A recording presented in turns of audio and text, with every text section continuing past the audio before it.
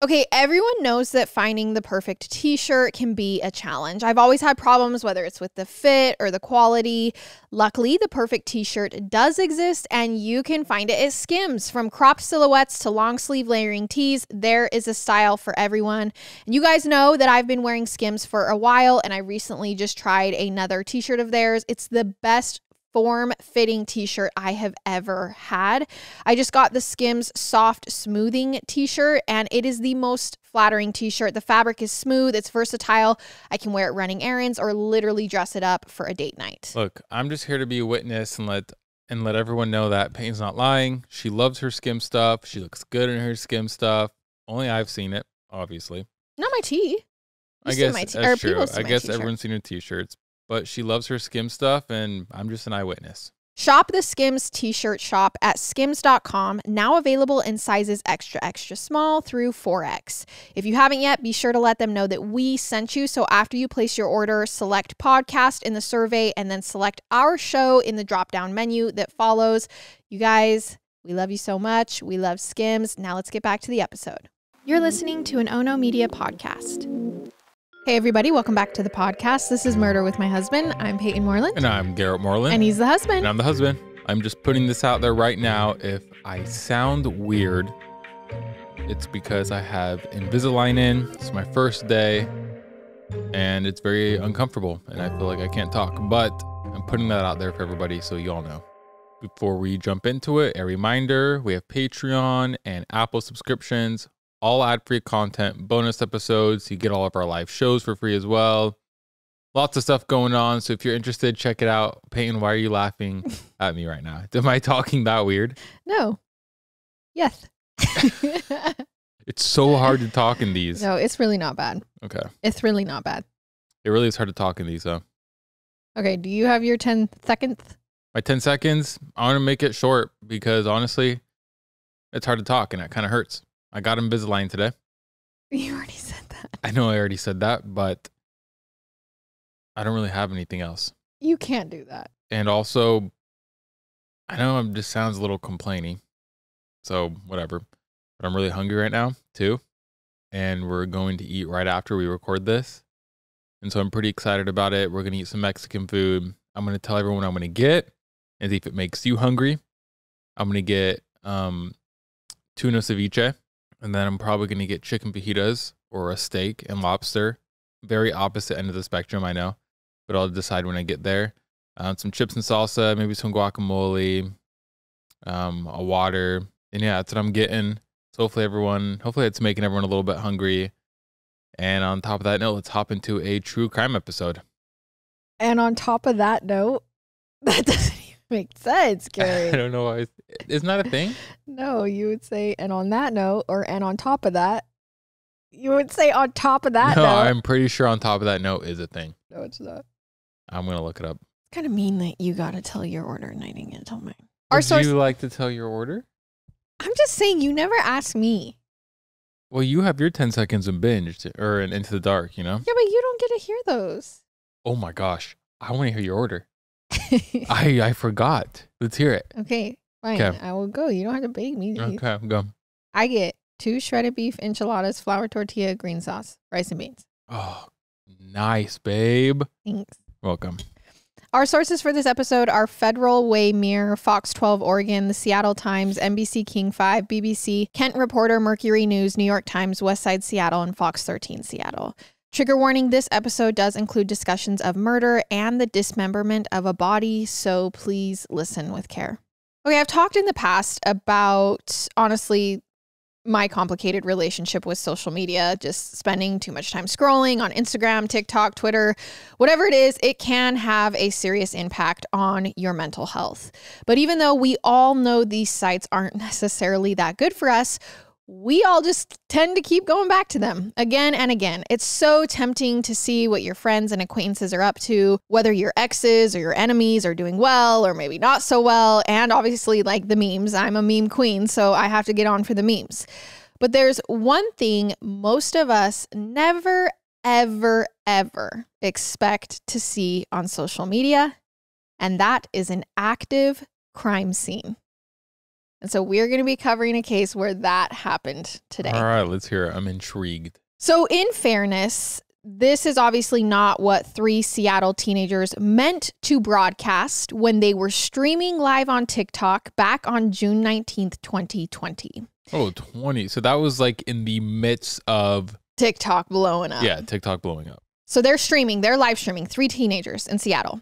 So they were on Alki Beach because an app called Randonautica had sent them there. That's basically an app where it would generate a random set of coordinates. So if you want to spend the day exploring an area where you've never been before, you don't particularly care where it is, you can ask Randonautica where to go and it'll just give you coordinates and then you go there. Is that still a thing? Do you know? I don't know if it's still a thing, but I mean, we were just looking for things to do, I think, a little bit at the beginning of 2020. Yeah. So basically, these 3 teenagers arrive at the beach, according to where this app has sent them. And they don't really know what they're going to find there, but they were excited to check it out. They're live streaming the entire adventure. Everyone's going along with them. And while they're walking along the shoreline, the TikTokers were still broadcasting everything live. And that's when one of them comes across an abandoned suitcase. So it's lying. Do you know where this is? Like, do you remember this? No. Okay. So it's lying in a rocky part of the beach. It's not too far from the water line. It wasn't an area where someone was likely to just drop and forget their luggage. Like, it was definitely out of place. It looked maybe like the tides had carried it in. Yeah. And so since the teens are live streaming and they're looking for a random adventure anyway, they figure, let's walk over and pop open the suitcase. Oh, freaking no, dude. Let's see what's inside. And they make a joke about maybe it having like lost treasure in it. That's what they say on the live stream. Not that there was much of any reason to think this bag had anything really valuable inside, especially because once the teens walk up, they can smell something coming from the suitcase. But for whatever reason, this doesn't stop them. It would probably stop most of us listening to this, but it doesn't stop them. So they decide to keep live streaming while they unzip the suitcase. And as soon as they unzip it, the stench became even worse. It was hard not to gag as they keep opening. And inside, they find a bunch of black garbage bags. Okay. And I mean, like, the suitcase was stuffed with them. Now, obviously, the garbage bags are not empty. There were human remains inside of this suitcase.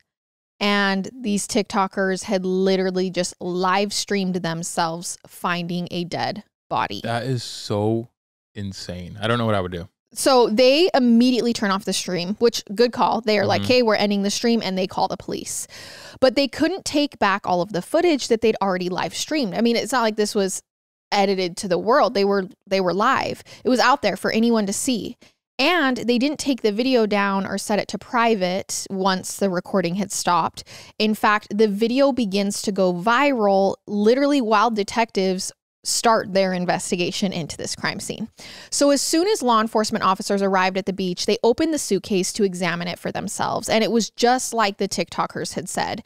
There were garbage bags full of human body parts inside. Now, clearly the victim or victims had been chopped up and stuffed into these bags. Oh my gosh. So dude. After some searching, the police also found even more garbage bags floating in the ocean.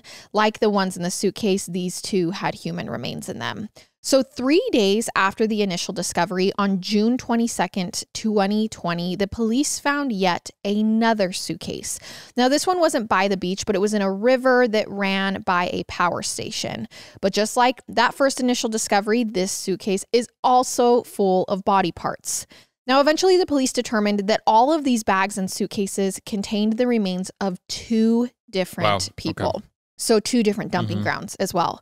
They assumed the victims had been killed by multiple individuals working together, and they based this on a couple of factors. First, the cuts on the bodies weren't uniform. It looked like someone had used different tools, different methods for this dismemberment process. That would make sense if there were several people working to chop up these victims together. So this is where the police go. They're like, because there's different tools, we think that there was multiple people. Now, these two bodies were in bad shape, understandably. Not only had they been cut up and spread across multiple locations, but they'd also been dead for quite a while. It took some time for the authorities to identify the victims. But later that summer, the detectives learned the deceased people were 27-year-old Austin Wenner and 35-year-old Jessica Lewis. They were a couple who had actually been dating for 8 years. Wow. So a couple that was murdered, and they'd been living together in their current apartment since December of 2019. So for 7 months. Jessica, who went by Jessie, worked at an assisted living facility for the elderly, and her coworkers and patients absolutely loved her. She had a reputation for being the kind of person who could keep calm, just deal with anything that came up. She didn't let the stress of her job stand in the way of giving every patient the care and love that they needed. Now, this may not be surprising given that Jessie was also a mother of 4. She'd been around the block in terms of taking care of other people. She'd seen it all and done it all, and she knew how to keep her cool. Now, her boyfriend, Austin, actually used the nickname Cash, so Jessie and Cash, and he loved everything about nature and the outdoors. His hobbies included loading his dogs into his truck and driving off into the wilderness, country music station cranked, on the radio. Cash and Jessie's love story hadn't always gone smoothly or easily. Like any other couple, they had sometimes hit some rough patches. They got into fights. They struggled to make it work. But through the entire 8 years that they'd been together, they'd been totally committed and loyal to one another. But sadly, their relationship had now come to an abrupt, violent end. It's crazy because we do cases from all different years, 1800s up until now. And it's just weird whenever there's one that's more recent because it just goes to show like this stuff continues to happen and will continue to happen until the world is gone. And this is just the epitome of a modern day murder for someone to be live streaming on TikTok for when the bodies are found. It goes to show how things evolve, and it's kind of scary. Right. So as police are looking into Jessie and Cash, they feel like the murders came out of nowhere. They don't feel like this couple had any enemies, which meant so far as the police were concerned, there weren't any obvious suspects. And they didn't find much useful information when they tried to pull data from Cash and Jessie's phones. In fact, both of their phones turned off at around 7 p.m. on June 9th, 2020. So this was 10 days before their bodies were found. So it seemed like they were killed roughly a week and a half before the murderer maybe dumped their remains. Okay. So interestingly, when the police notified Cash and Jessie's families of their death, their relatives weren't actually totally shocked.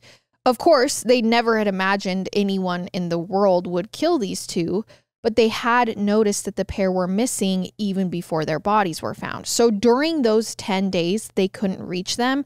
They had been doing some investigating on their own. Cash's dad, Dean, had drove out to the house that they'd rented in a Seattle suburb called Burien. He knocked on the door. The landlord answered. This was a 64-year-old man named Michael Dudley. He owned the house where they all lived together. So Michael stayed on the ground floor and Cash and Jessie leased an upstairs bedroom from him. Now, when Cash's father explained who he was, Michael, the landlord, didn't really seem interested in talking to him. He just said the two had moved out recently and he didn't know where they had gone. So that was surprising to Cash's father, Dean, and he only felt more suspicious when he was about to leave and he passed a garbage can on the property. He happened to glance into it and he recognized a bunch of clothes that belonged to his son, Cash, in the garbage. Now, it's true that some people throw out old stuff when they're moving, right? The stress of packing, unpacking, maybe help people realize how much clutter they don't need. But Cash and Jessie had been living in Michael's house for less than a year. They'd already been through the stress of moving recently, and they'd already had their chance to clean out their junk in the past. So more importantly, Dean knew his son was pretty short on money at this time. He wasn't in a position to go on a shopping spree, update his wardrobe, throw clothes away. If he was moving, he would have taken all of his clothes with him. So Dean told the police that he didn't believe Cash and Jessie had just moved out of the house willingly, and he found the landlord's story suspicious. So the investigators took a closer look at the home and the people who lived in it. So police go back to the night of June 9th. They're looking at what went on that day, and they learned that several people had actually called 911 at around 7 p.m. on that evening. It was the exact same date and time that Cash and Jesse's phones were shut off. The calls were placed by multiple neighbors who lived next to Cash and Jesse and Michael, the owner. Mm-hmm. And multiple neighbors gave the dispatcher Jesse and Cash's address. They'd all heard the sounds of gunshots coming from that house. And at least one witness had also heard a male voice say something like, "Don't do this, we'll just leave." What? Okay. So what the freak? Maybe that was Cash trying to talk down the killer. Maybe he was begging for his life. Either way, the police had responded to the call. They drove out to Jesse and Cash's house. They knocked on the door, but nobody answered. I don't want to ask this question yet because it'll give things away. I'm sure you know the answer. So I'll wait, but I'm curious the time from when they were killed until the time that the suitcase was found. Because if people now are like, oh yeah, I heard gunshots and I heard this, I would hope that it's within a couple days. It was 10 days. Oh, it was 10 days. 10 days. So no one reported the gunshots for 10 days? They did report the gunshots. Oh, okay. The police go out to the house. Yeah. They knock on the door. They knock and knock. Nobody answers. So the police just leave. Okay. And they don't follow up. So multiple neighbors call the cops in Seattle and say, hey, there were gunshots from this house. We heard arguing. That's insane. The police show up. No one answers. They leave and they don't follow up. I see. I think it goes without saying that this was a mistake. Like, this is very clearly a mistake, because when Jesse and Cash's autopsy results came out, they said that both of them had been shot to death. So it is most likely that the neighbors were correct. Jesse and Cash had been shot in their house that night. Their cell phones then turned off. Police came out, knocked on the door, nobody answered, and they left. That's wild.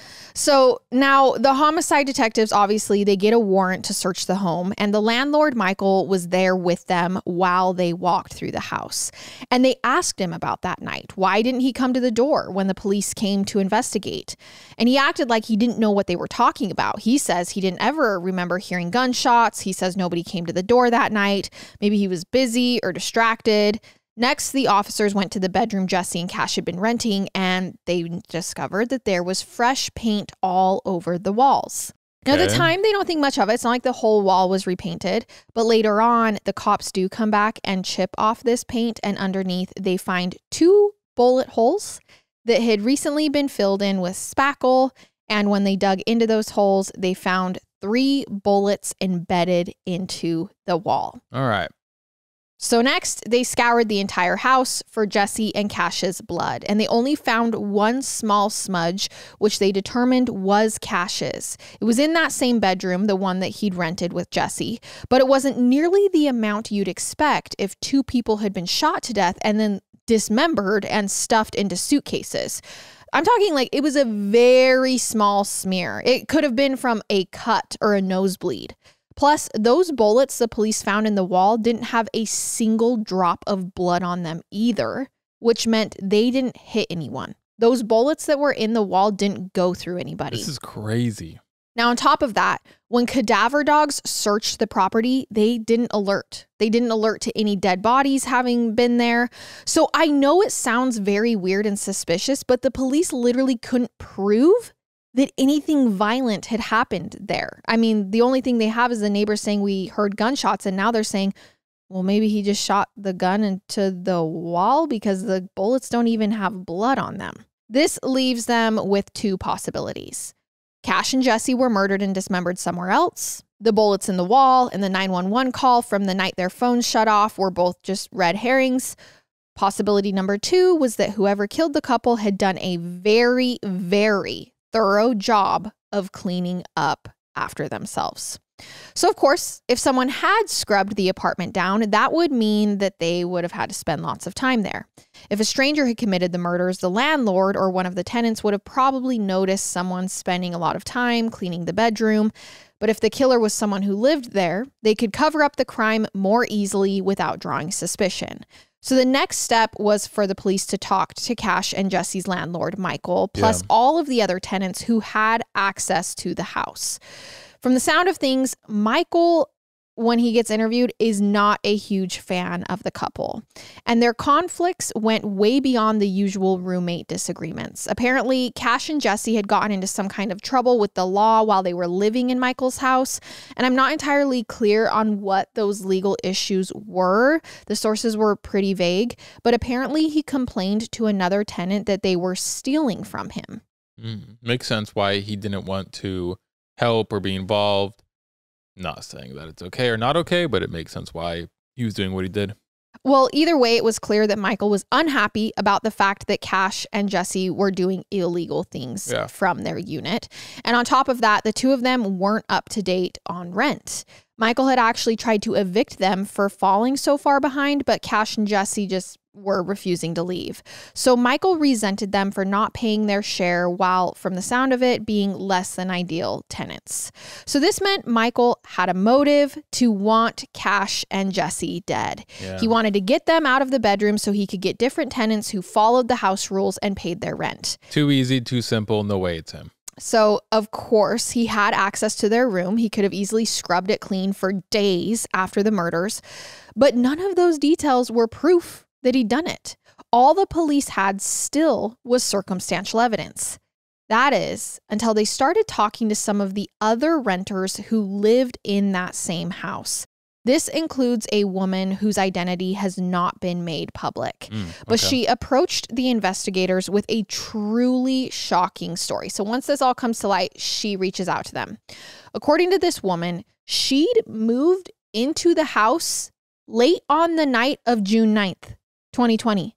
This is the night that the neighbors hear the shots at 7 p.m. This is the night that the couple's phones get turned off. In other words, the night when the police believe Jesse and Cash were killed in this house, another woman was moving in. And when the woman showed up at the front door for the first time, Michael let her in, but she says he looked like he'd recently been in a fight. There were scratches all over his face and body. His glasses had been broken. Now, this woman was not renting the same room that Cash and Jesse had lived in. She was going to rent a different room that had been vacant. But while Michael was showing her around, this woman stuck her head into Cash and Jesse's room anyway, just to check it out.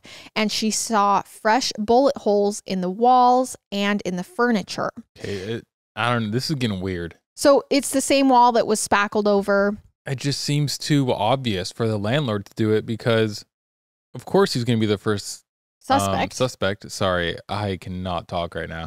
Well, so this lady is a little freaked out. Like when she's looking around and she sees these bullet holes, she's a little freaked out. So what does she do in 2020?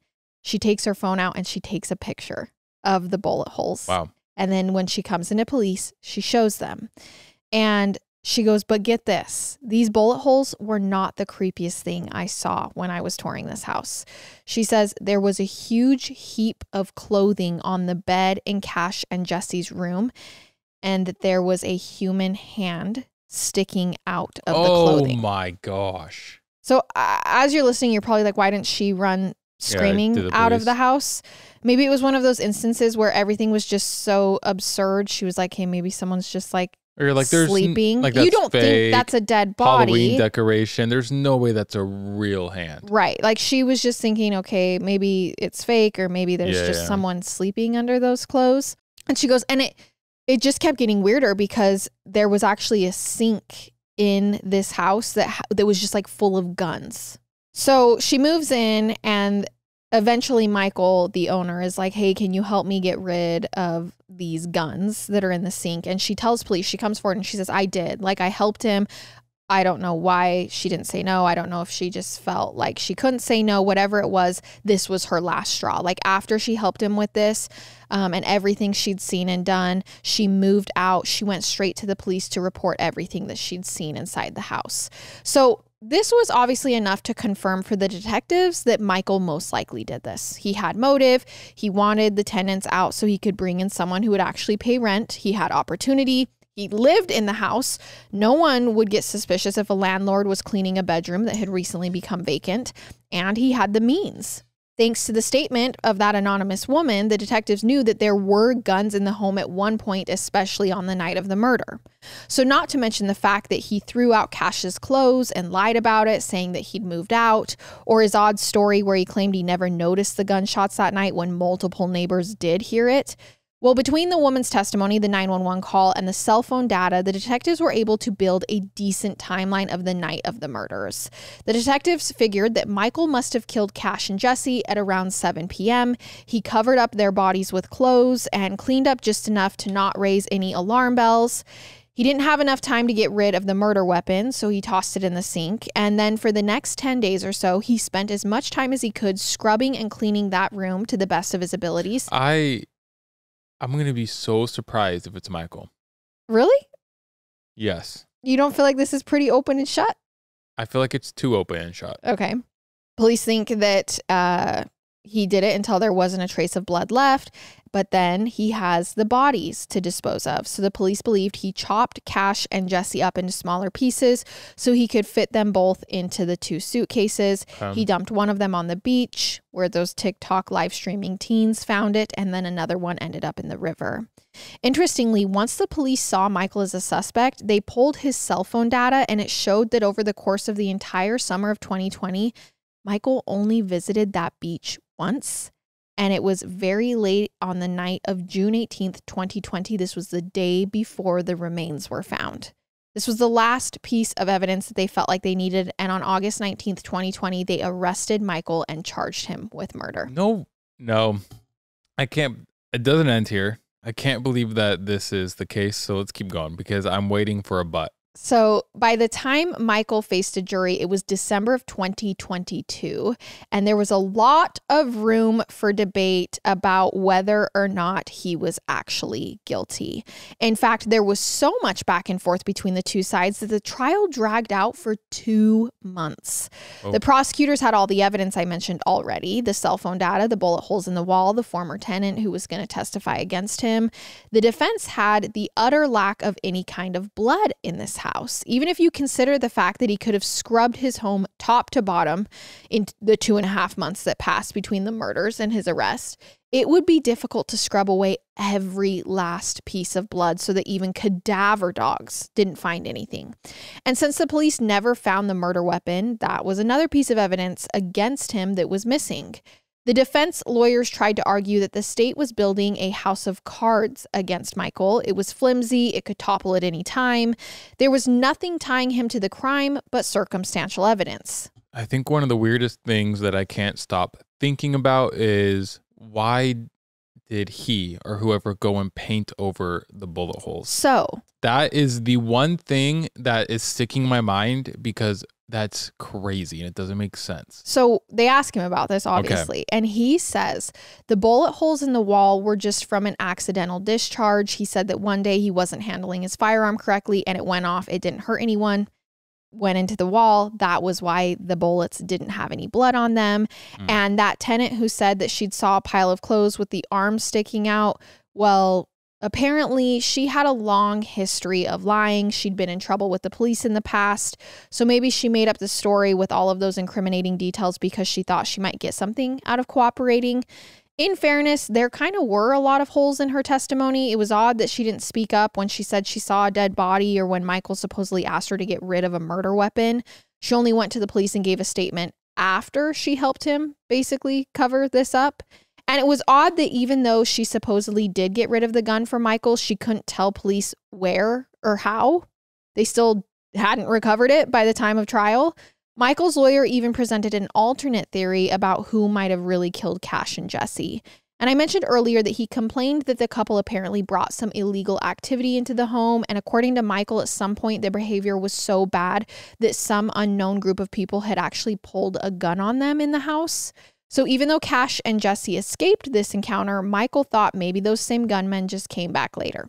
So it kind of is just a little bit of he said, she said. Like, there's not really any physical evidence. How do 2 people die by gunshot wounds, get chopped up into pieces, put in a suitcase, thrown in the beach, ocean, whatever, and nobody knows anything about it?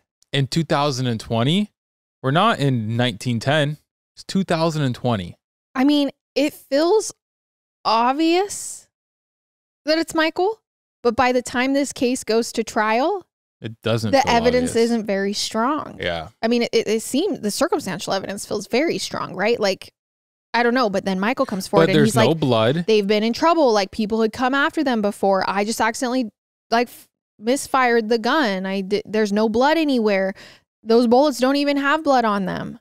Yeah, and I don't know. I don't know Michael as a person, so I don't know how many people were like, he would never kill someone or he would kill someone. There's this, I don't know, man. But, you know, obviously the prosecution, when they hear Michael's theory about it was probably someone else who had killed them, they're like, okay, but why the body under the pile of clothes if she's telling the truth? And why would you make your renter hide a gun if you didn't actually use it to kill somebody? Ultimately, Michael was found guilty of the murders of both Austin Cashwenner and Jessica Lewis. Okay. His sentence was 46 years and 8 months in prison. There's probably, I know you have a bunch of information in front of you, but there's probably way more to the trial than this, I would assume. Yeah, I mean, I gave like the main summarized version. pieces. Okay. So he was already 65 years old at the time of his sentencing, which means that he's gonna spend the rest of his life behind bars, especially because he did not have the possibility of parole. Now, one reason the sentence was so harsh was because the way he treated the bodies afterward. The courts called the dismemberment contempt and utter disrespect for the victims. Was there any proof that he actually dismembered the bodies? No proof, right? No, just the bodies were found dismembered. Wow. So when Cash's father, Dean, read a victim impact statement, he said he still had recurring nightmares about the way his son and Jesse had been killed. So sad. Clearly, the jury was moved, but when he got his verdict, Michael's lawyer immediately told the press that they would appeal. As of right now, he's still in prison waiting to see what his next steps will be. And since the case is so recent, there's a good chance that more developments will come along after this episode is released. Okay. Now, there's one more part of this story that I need to include, and it's definitely something we've seen recently, and I feel like I just need to include it. Okay, let's hear it. So obviously that's the end of the story for Austin, Jessica, Michael, but I still haven't covered everything. And I want to go back to the idea that opened this episode. That was when Jesse and Cash's bodies were found. It was by a trio of teenage TikTokers who were live streaming. Like I said, they turned the recording off the moment they realized there were human remains in the suitcase. But I also told you that they didn't remove the video of finding the luggage and opening it. And we know that people tend to be fascinated by strange things, a little bit dark. I mean, we're all here. It only took a few hours for that video to go viral. And by the end of that summer in 2020, it had more than 25 million views of someone's body being found. And once Cash... 2 people. Yes. And once Cash and Jesse's families learned the pair had been killed, and once they realized that the viral video was of their family members' bodies, they asked for the video to be taken down from TikTok.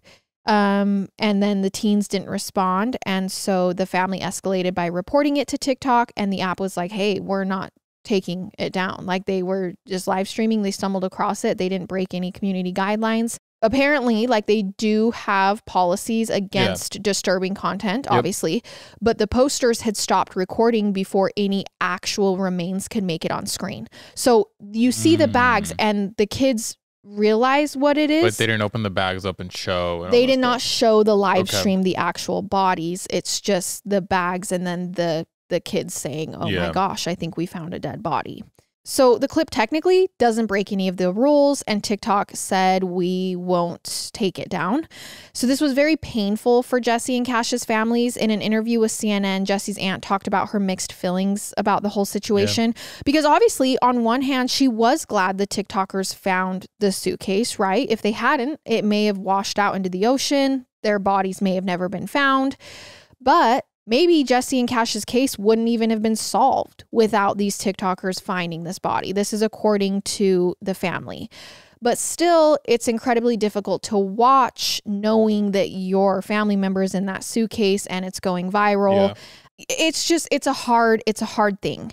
So eventually the video was set to private, so the general public couldn't view it anymore. And it's unclear if this is something the original account holder did or if TikTok intervened and made it private. And I think it's just hard, right? Because there's nothing wrong with posting online. And I also think, you know, the true crime community has helped solve multiple cases and get things done with their activism on social media. But it's important to make sure that you're also not just like chasing attention. Yeah. And so I don't think the teenagers ever set out to traumatize anyone. I don't think that's obviously they weren't doing that day. They didn't know they were going to find a body. But sometimes even when we start out with good intentions, it's something bad can happen. And it's something we could all stand to keep in mind as we're scrolling online and, you know, active on social media. But that is the case of Austin Wenner and Jessica Lewis. First of all, very sad that they both were killed brutally. No one deserves to be killed. Right. At all. And so that's really sad. I don't know. I don't know my thoughts on this one. 2 people were killed, and I hope that it was brought to justice. I mean, the justice system said that they think they know who's guilty, so that's great, and hopefully some closure for the family. I know people are going to ask about her kids, so I just wanted to clarify. We'll just leave that out. I think it was kept private for a reason. Kept private for a reason. And then one of the first cases in a while where it had me thinking a bit on circumstantial evidence. I feel like the circumstantial evidence is strong. Yeah.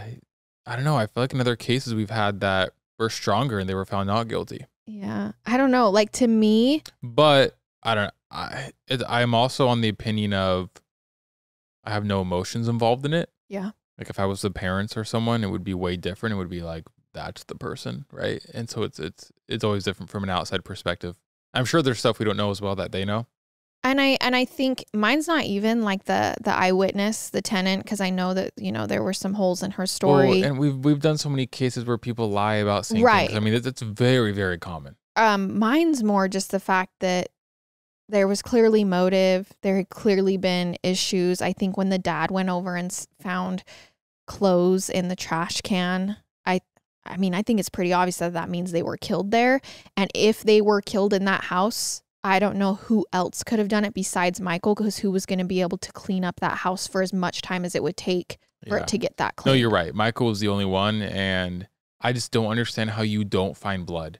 I don't either. That's pretty crazy, well, because a little smear. That's almost impossible. Especially because there was dismemberment. Crazy. Anyways, I'm glad it's solved. So yeah. All right, you guys, that is our case for this week, and we will see you next time with another episode. I love it. And I hate it. Goodbye.